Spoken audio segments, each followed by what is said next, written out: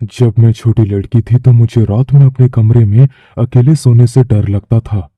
नहीं, मैं अपने क्लोजेट में या अपने बेड के नीचे छुपे राक्षस से नहीं डरती थी, क्योंकि वहां तो कोई होता भी नहीं था।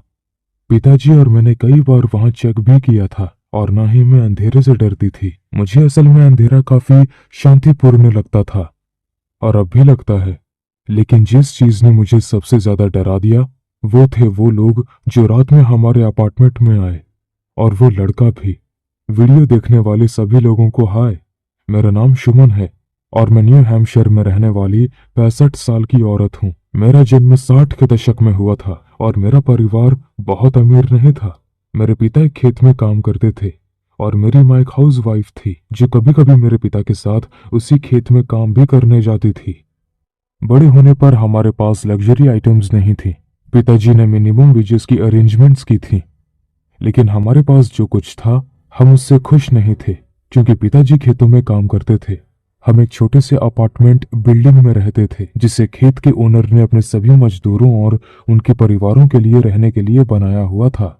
यह अपार्टमेंट कॉम्प्लेक्स 5 मंजिल की बिल्डिंग थी, जिसमें हर एक मंजिल पर 2-3 बेडरूम वाले अपार्टमेंट थे। हम दूसरी मंजिल पर रहते थे, और ज्यादातर वक्त माँ मेरे साथ ही घर पर रहती थी।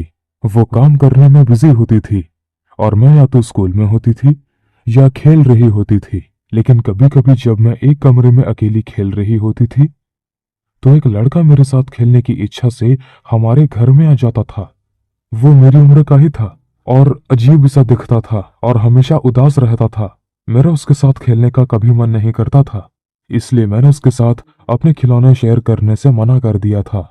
जब भी मैं ऐसा करती थी, वो बस दरवाजे के पास या मेरे कमरे के कोने में खड़ा होकर मुझे आंसू भरी आंखों से देखता रहता था। वो हमेशा बहुत उदास सा रहता था, लेकिन मेरे अंदर की भावना ने मुझसे कहा कि मैं उसे कभी भी अपनी चीजों के साथ खेलने ना दूं। मैं अक्सर अपने पेरेंट्स को उसके बारे में बताती थी, लेकिन उन्हें लगता था कि ये किसी बच्चे की इमेजिनेशन है। उन्हें लगता था कि वो मेरा इमेजिनरी फ्रेंड है, और इससे ज्यादा कुछ नहीं था। लेकिन वही लड़का हर रात हमारे घर में घुसने वाले लोगों के साथ आता था, और मैं उन लोगों से बहुत डरती थी। हमारा अपार्टमेंट बिल्डिंग वाली प्रॉपर्टी नॉर्थ बॉर्डर पर था, और उसके ठीक बगल से एक कीचड़ भरी सड़क गुजरती थी। हर रात आधी रात के आसपास, जब सब लोग सो रहे होते थे, एक कार मेरी खिड़की के ठीक नीचे सड़क पर आकर रुक जाती थी। आधे दर्जन आदमी उस कार से उतरते थे और सीधे हमारे अपार्टमेंट में आते थे। वे काले सूट, काले जूते, काली टोपी पहने हुए रहते थे।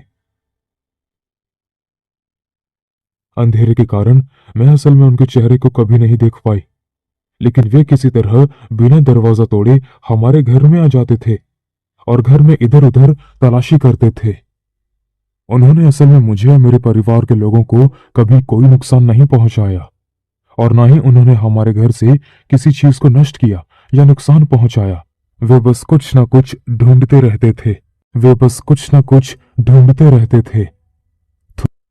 थोड़ी देर बाद जब उनकी तलाशी पूरी हो जाती थी, तो वे चले जाते थे, लेकिन वे हर रात आते जरूर थे। मुझे हमेशा हैरानी होती थी कि उनके आने पर मेरे मॉम और डैड कभी नहीं जागे, जबकि वो आदमी हमारे घर के चारों तरफ हमारी चीजों को खंगोल रहे थे। और जब वे लोग वहां थे, तो मैं अपने कंबल के नीचे छुप जाती थी और अपनी आंखें बंद कर लेती थी और सोने का नाटक करती थी, ताकि वो मुझे नोटिस ना कर सकें। सौभाग्य से उन्होंने कभी ऐसा नहीं किया। कई बार वो लड़का भी उनके साथ ही होता था। एक शाम मैंने अपने पेरेंट्स को उन लोगों के बारे में बताने का फैसला किया, और वे बस एक दूसरे को कंफ्यूज होकर देखते रहे। उन्हें शायद बिल्कुल भी समझ नहीं आ रहा था कि मुझसे क्या कहें, लेकिन उन्होंने इस बात पर जरूर ध्यान दिया था कि मैं हमेशा रात को अपने बेड पर सोने में बहुत नखरा करती थी, और जब मैं घर में अकेली खेलती थी तो मैं किसी से बात करती होती थी। मुझे ये भी याद है कि एक दिन आखिरकार मेरे पिताजी की खेत की ओनर से बात हुई, और उसने पिताजी को कुछ बताया भी। उस शाम जब पिताजी घर पर लौटे, तो उन्होंने मेरी माँ को सब कुछ बताया, और वो काफी घबरा गई थी। एक हफ्ते बाद हमने अपना सामान पैक कर लिया था। पिताजी ने खेत में काम करने वाली की जॉब भी छोड़ दी थी, और हम अपने अंकल के साथ रहने के लिए न्यूयॉर्क चले गए। मुझे हमारे इस स्टेप का कारण नहीं पता था।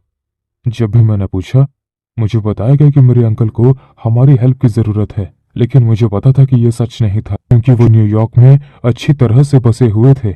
जब मैंने अपने पेरेंट्स को उन लोगों के बारे में बताया तो मुझे यह एहसास हुआ कि इससे मेरे माता पिता और खेत के ओनर से हुई बातचीत से कुछ लेना देना है। फिर भी जैसे जैसे वक्त बीतता गया, मैं बड़ी होती गई और न्यूयॉर्क में अपने पैर जमाए। 5 साल पहले मुझे एक लीगल नोटिस मिला था जिसमें न्यू हैम्पशायर में मेरी एक प्रॉपर्टी के बारे में बताया गया था। ये तब की बात है जब मैं 60 के दशक की शुरुआत में थी और मेरे पेरेंट्स की डेथ हो चुकी थी। मैं अच्छे से जानती थी कि वहां हमारा कुछ भी नहीं है। हम किराए के मकान में रह रहे थे। लेकिन फिर भी मैंने नोटिस खोला और मुझे ये देखकर हैरानी हुई कि जिस अपार्टमेंट में मैंने अपना बचपन का इतना वक्त बिताया था, वो अपार्टमेंट जिसे हमने एक हफ्ते से भी कम वक्त में अचानक छोड़ दिया था, अब कानूनी तौर पर वो मेरी प्रॉपर्टी बन गई थी। जाहिर है ओनर की हाल ही में डेथ हो गई थी और उसके बच्चों के बीच खेत के ओनरशिप को लेकर कुछ झगड़े चल रहे थे। किसी तरह कोर्ट ने अपार्टमेंट बिल्डिंग को उसके पिछले किराएदार को देने का फैसला सुनाया था और बाकी हिस्सा खेत ओनर के बच्चों के बीच बांट दिया गया था। किसी चमत्कार से मेरे पेरेंट्स अभी भी हमारे अपार्टमेंट के किराएदारों में लिस्टेड थे और चूंकि वे मर चुके थे और मैं उनकी इकलौती औलाद थी, अब यह अपार्टमेंट मेरा था। हालांकि मुझे वापस जाकर अपने घर में रहने में कोई इंटरेस्ट नहीं था, क्योंकि न्यूयॉर्क में मेरी लाइफ बहुत अच्छी चल रही थी। मैंने डिसाइड किया कि अपार्टमेंट जैसा है वैसा ही रहने दूंगी। 1 साल के बाद मेरी कजिन सिस्टर की बेटी न्यू हैम्पशायर में ट्रांसफर हो गई और उसे अपने छोटे बेटे के साथ रहने के लिए एक जगह की जरूरत थी। तब वो लगभग 6 या 7 साल का था। वो एक अकेली माँ थी और नए ट्रांसफर और अपने बच्चे को अकेले संभालने के लिए स्ट्रगल कर रही थी। इसलिए उसका बोझ कम करने के लिए मैंने बिना किसी किराए के अपार्टमेंट में रहने दिया। वो बहुत ही खुश थी और उसने मुझे उस अपार्टमेंट बिल्डिंग की पिक्चर्स भी भेजी और बताया कि उसने अपार्टमेंट को कैसे सजाया था। बिल्डिंग अपने आप में बिल्कुल नई लग रही थी, जैसे कि इसे या तो पूरी तरह से बनाया गया हो या कम से कम फिर से कोई रहना शुरू हो गया हो। हालांकि अपार्टमेंट की कंस्ट्रक्शंस वही थी, दीवारें और सभी इक्विपमेंट बिल्कुल नए थे, लेकिन पिक्चर्स देखने के बाद भी मुझे अपने पेट में एक दर्द फील हो रहा था। 3 महीने बाद मेरी भतीजी ने मुझे अपने बेटे के बर्थडे की पार्टी में इनवाइट करने के लिए फोन किया, क्योंकि मैंने उसे रहने के लिए अपना अपार्टमेंट दिया था। वो चाहती थी कि मैं उसकी माँ के साथ उससे मिलने आऊं। अगर मैं पूरी ईमानदारी से कहूं तो मैं वहां नहीं जाना चाहती थी, लेकिन मैं उसे मना नहीं कर पाई। तो मैंने मेरी कजिन सिस्टर की बेटी के पास जाने के लिए न्यू हैम्पशायर के लिए फ्लाइट ली। जैसे ही मैंने खेत पर कदम रखा, दशकों बाद मेरे मन के डर की भावना फिर से उभर आई और मुझे एहसास हुआ जैसे मैं फिर से 6 साल की हो गई हूं। लेकिन मैंने अपनी भावनाओं को दबा दिया और खुद से कहा कि मैं बड़ी औरत हूं। उसने अपार्टमेंट को बहुत ही अच्छी तरीके से सजाया था और इसे अपना घर बनाया था, लेकिन मुझे अब भी वही डर महसूस होता है जो मैं एक छोटी लड़की के रूप में महसूस करती थी। मैं बर्थडे बॉय के लिए गिफ्ट के रूप में कुछ खिलौने लाई थी, इसलिए मैंने अपने भतीजे से पूछा कि वो कहाँ है। हैरानी की बात यह थी कि उसका कमरा भी मेरे बचपन का बेडरूम ही था। इसलिए जब मेरी कजिन और मेरी भतीजी लिविंग रूम में बात कर रहे थे तो मैं कमरे की तरफ चली गई, लेकिन अंदर जाने से ठीक पहले मैंने उसके बेटे यानी पोते को किसी से बात करते हुए सुना। मैंने सोचा कि वो फोन पर होगा क्योंकि आज उसका बर्थडे था, लेकिन जब मैं कमरे में एंटर हुई तो उसकी पीठ मेरी तरफ थी। वो फर्श पर अपने खिलौनों के साथ खेल रहा था और किसी से बात भी कर रहा था। मेरा पोता अपने खिलौने का ट्रक किसी को दे रहा था, लेकिन कमरे में उसके और मेरे अलावा कोई नहीं था। मैं वहीं खड़ी होकर उसे किसी से बात करते हुए सुन रही थी। जब उसने मुझे देखा तो मुस्कुराया और मुझे गले लगाने के लिए दौड़ा। मैंने लड़के को अपनी बाहों में पकड़ लिया और उससे पूछा कि वो किससे बात कर रहा था। उसने कहा कि एक छोटा लड़का था जो उदास दिखता था और हमेशा उसके साथ खेलना चाहता था।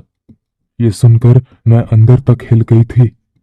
मैं ठीक ठाक जानती थी कि वो किसके बारे में बात कर रहा था, इसलिए मैंने उस लड़के को डिस्क्राइब किया जिसे मैं बचपन में देखती थी और उसने बताया कि वो जिस लड़के के साथ खेल रहा था वो मेरे बताए हुए लड़के से मेल खाता है। इसका मतलब है कि इतने सालों बाद भी छोटे लड़के का भूत अभी भी अपार्टमेंट में फंसा हुआ था। मैंने अपने पोते से पूछा कि क्या उस छोटे लड़के ने उसे कोई नुकसान पहुंचाया है, तो उसने बताया कि लड़का सिर्फ खेलना चाहता है। जब मैं उसके कमरे से बाहर निकलने ही वाली थी तो उसने मुझे रोका और कहा कि कभी कभी रात में जब वो सो रहा होता है तो कुछ आदमी घर में आ जाते हैं। मेरा दिल एक बार फिर उदास हो गया और मैंने उससे पूछा कि क्या उन लोगों में से एक ने उसे कोई नुकसान पहुंचाया। उसने कहा कि वे ऐसा नहीं करते, वे बस घर के आसपास घूमते हैं और चले जाते हैं, और कभी कभी उन लोगों के साथ एक छोटा लड़का भी आता जाता है। अगले दिन मैंने और मेरी कजिन ने न्यूयॉर्क के लिए वापस फ्लाइट ली। वो बहुत खुश थी कि उसकी बेटी और उसका पोता मेरे घर में बस गए हैं, लेकिन मेरे मन में अभी भी वो डरावना एहसास था। लेकिन मैं अपने भतीजी को उस भूतिया लड़की और भूतिया लोगों के बारे में नहीं बता सकी, क्योंकि मैं उसकी पहले से ही मुश्किल जिंदगी को और मुश्किल नहीं बनाना चाहती। आप लोग क्या सोचते हैं, मैंने सही काम किया या नहीं?